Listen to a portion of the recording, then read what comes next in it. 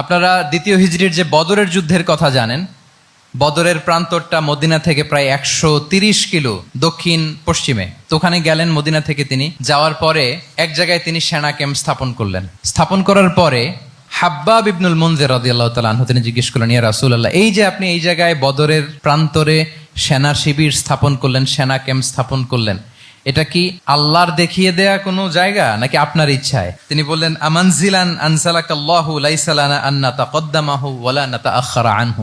এটা কি একেবারে ফিক্সড আল্লাহর পক্ষ থেকে ওহী যে এখানেই শিবির স্থাপন করতে হবে, নাকি আমহুয়া রায়ু ওয়াল হারবু ওয়াল মাকিদা, নাকি এটা যুদ্ধের কৌশল হিসেবে আপনি নিজ থেকে করেছেন? রাসূল সাল্লাল্লাহু আলাইহি ওয়াসাল্লাম বললেন, না, এটা কোনো ওহী না। আমার কাছে মনে হয়েছে, আমার যে অ্যানালিসিস, আমার মনে হয়েছে বদরের যুদ্ধে এখানেই আমাদের পজিশনিংটা হইলে ভালো হয়। হাব্বাব ইবনে মুনজির রাদিয়াল্লাহু তাআলা আনহু বলেন, না, ইদান লাইসা হাযা বিমানসিল ইয়া রাসূলুল্লাহ, তাহলে এইখানে যদি আপনার নিজ থেকে আপনি এটা ডিসাইড করেন, আমি আপনার অনুমতিক্রমে বলতে চাই ইয়া রাসূলুল্লাহ, এটা সুন্দর জায়গা হয়নি। সুন্দর জায়গা হয়নি? তাহলে কোথায়?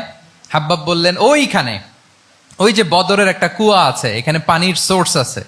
আমরা যদি ওইখানে একটা ব্লকেট দিয়ে দাঁড়াতে পারি, তাহলে কোরাইশরা এসে আর পানি খেতে পারবে না। ওরা পানি না খেয়েই মরবে, যুদ্ধেও মরবে, পানির অভাবেও মরবে। আল্লাহু আকবার।